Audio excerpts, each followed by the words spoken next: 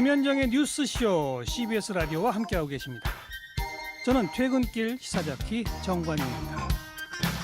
권영철의 와이뉴스 권영철 대기자 어서 오십시오. 안녕하십니까. 오늘 와이뉴스도 정치 얘기예요. 네, 정치의 계절이 들어왔습니다. 야, 근데 정치 얘기가 또 제일 잘 들리기도 하는 게 정말 이제는 총선이 앞으로 다가왔구나. 그냥 우리가 들어야 판단하는 거니까. 이제 딱 3개월 90일 3개월 남았습니다. 남았어요. 네. 네, 뭐 가지고 오셨어요? 지금 이제 각 당 인재 영입에 나서고 있죠. 네. 그런데 인재 영입이 그렇게 주목을 받지 못하고 있습니다. 21대 총선 인재 영입 왜 감동을 주지 못하나 뭐 이렇게 주제를 정해봤습니다. 그러니까 뭐 다 그렇다는 건 아니에요. 인물에 네, 따라 이게 네. 뭐 편차는 있습니다만 예전 총선 생각해 보면 누구를 영입했다, 삼고초려했다 하면 정말 어마어마한 스포트라이트를 받았던 네. 것에 비하면 확실히 약해요 이번에. 그렇습니다. 지금 민주당이 어제까지 8명의 인재 영입을 발표를 했죠. 예, 예. 발레리나 출신 척수장애인 최희영 교수를 시작으로 27살 희망청년 원종근 씨, 예비역 육군대장 김병주 전 한미연합사 부사령관, 고검장 출신으로 변호사 기업을 안 한 수병철 석좌 교수 등등. 네. 그리고 뭐 어제 이제 그 8호로 기후 환경 전문가라는 이소영 변호사까지 영입을 했죠. 설 연휴 전까지 10명을 영입한다 그랬거든요. 이제 2명 남았습니다. 민주당 그렇고 한국당은요? 지금 상대적으로 좀 더딥니다만은 인재 3호 영입을 했고요. 예. 1호, 4호 영입을 오늘 할 걸로 알려지고 있습니다. 누굽니까? 사호는? 4호는 뭐 공익 제보자로 알려지고 있는데 발표를 나봐야 알겠죠. 일단 목발 탈북으로 잘 알려진 탈북자 인권 운동가 지성호 씨, 체육계 미투 1호 전 테니스 선수 김은희 씨, 씨. 극지 탐험가 남영호 씨 등이죠. 예. 한국당은 한 20여 명가량 인재 영입을 하겠다고 했는데 앞으로 인재 영입이 계속 이어질 겁니다. 정의당은 뭐 이자스민 전 의원. 예, 뭐 그리고 여기도 인재 영입에 지금 나서고 있는 모양새고요. 네. 이게 각 당의 인재 영입이 뭐 전만큼 주목받지 못하는 게 네. 왜인가? 뭐 네. 들어가죠. 왜입니까? 첫 번째는 타이밍이 좋지 못하기 때문입니다. 타이밍이요. 4.15 총선이 90일 남았는데 그동안에 국회 패스트트랙 전국에 밀려서 여론의 주목을 받지 못했죠. 연일 국회발 충돌이니 투쟁이니 파행이라는 보도로 인재 영입 보도가 좀 뒷전이었던 그러네요. 면이 있습니다. 예. 그러네요. 예. 각 당이 공천 경쟁에 들어가야 하지만 지금 야당은 또 통합 문제로 연일 뜨겁죠. 시끄럽고 예. 그러니까. 일단 타이밍이 그렇고요.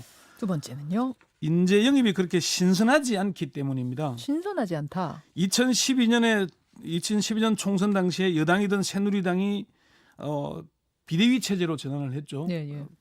새누리당으로 인재 영입과 물갈이 공천으로 바람을 일으켰습니다. 차기 권력인 박근혜 비대위원장 주도로 이른바 박근혜 키즈를 대거 영입을 했습니다.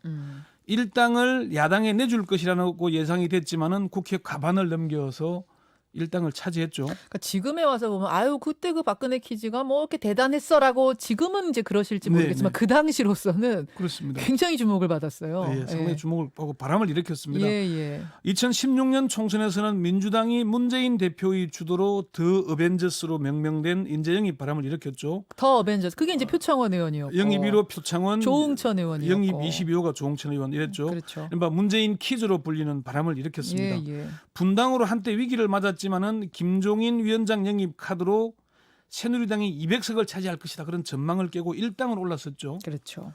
그렇지만 이번 총선은 박근혜 문재인 같은 강력한 차기 대권 주자도 안 보이고 인재 영입도 신선한 느낌을 주지 못하고 있다 이런 그게 평가들이 차이죠. 나옵니다. 자, 세 번째는요. 인재 영입이 엘리트 위주거나 보여주기식 인물 선정으로 흐르기 때문이다 이런 평가가 나옵니다. 엘리트? 예, 민주당 보여주기? 영입 인사를 보면은 대부분 사회적으로나 경제적으로 성공한 명망가들 위주입니다. 8호 인영입 인사인 이소영 변호사는 법조계의 삼성으로 불리는 김현장 출신이죠. 7호는 천만 고객 신안을 이룬 이용우 카카오뱅크 대표고요.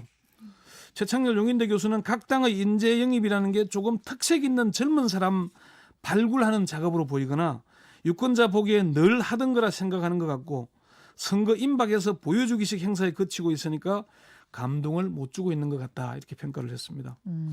네 번째는요. 예, 네 번째는 인재 영입이라는 게 일회성 보여주기식 일종의 쇼로 비춰지기 때문 아니냐. 그러니까 이 부분은 네.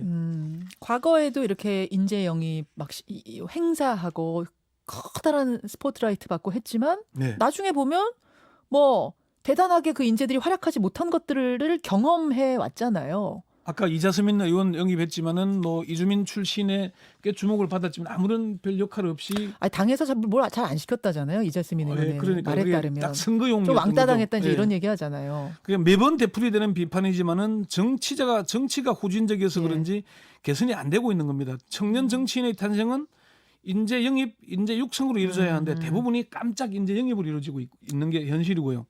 진중권 전 교수가 참 민주당에 대해서 크게 비판을 했는데 민주당의 영입 쇼는 장관 배째는 취미를 가진 분이 주도하는 것으로 보이는데 이미 닳고 다른 수법이라 별로 효과가 없는 것 같다. 이게 무슨 말이에요 지금? 뭐 이게 지금 인재 영입이 쇼다. 이게 뭐 양정철 민주연구원장이 주도하는 걸로 보이는데 신선하지 못한 과거 방식이다.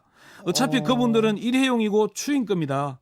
씹다 버린 껌을 다시 주워 씹는 사람은 없다. 뭐 추인금의 유효 기간은 예. 정확히 탄물이 다 빨릴 때까지다. 이렇게까지 혹평하기도 했어요. 한국당은요?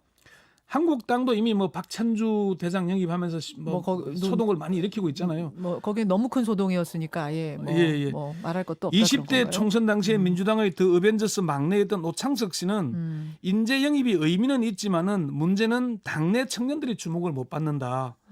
저도 들어갈 때 당내 청년들이 있었을 텐데 영입 인사들이 낙하산으로 내려오면은 당내 청년들이 기회를 못 얻는다 이렇게 얘기를 하더라고요. 20대 총선에서 민주당의 영입 인사로 국회의원이 된 A 씨는 정당이 인재를 발굴하거나 육성하는 시스템이 매우 부족한 게 사실이다.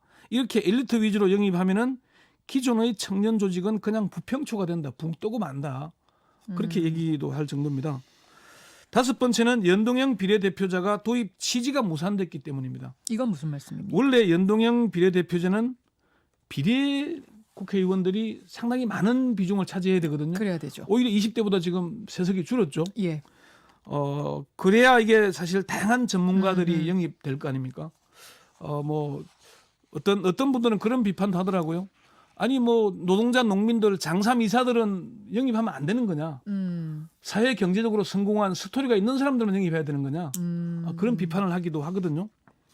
사실 특히나 그 당내에서 헌신해온 보좌진이나 당직자들의 경우 이제 국회로 진출할 가능성이 거의 막혔습니다.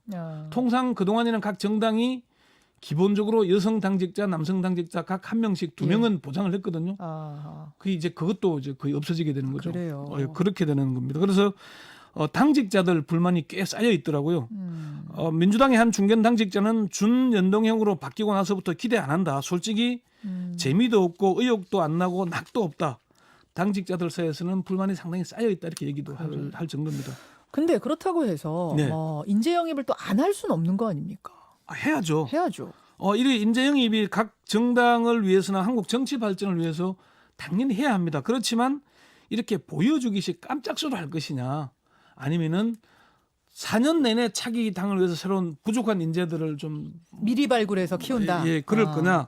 그리고 좀 그런 게 이루어져야 되는데 또 인재 영입도 깜짝을 하다 보니까 검증이 잘 안 됩니다.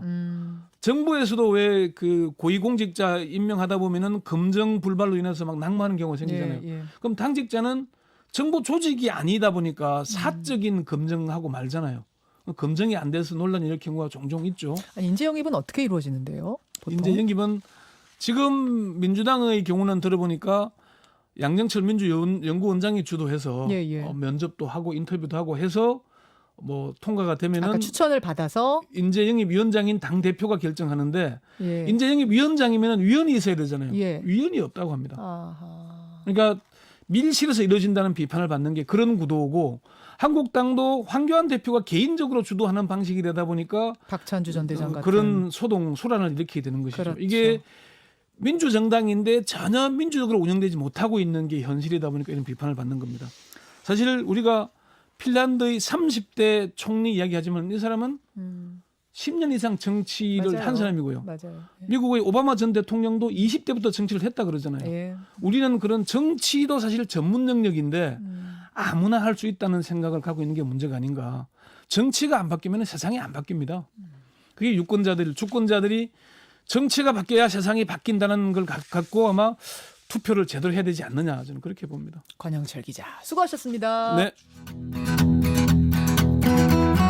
김현정의 뉴스쇼는 청취자 여러분의 참여로 이루어집니다. 트위터, 페이스북, 레인보우 게시판, 그리고 단문 50원, 장문 100원의 유료 문자 샵 1212, 우물정 1212 통해 참여하실 수 있습니다.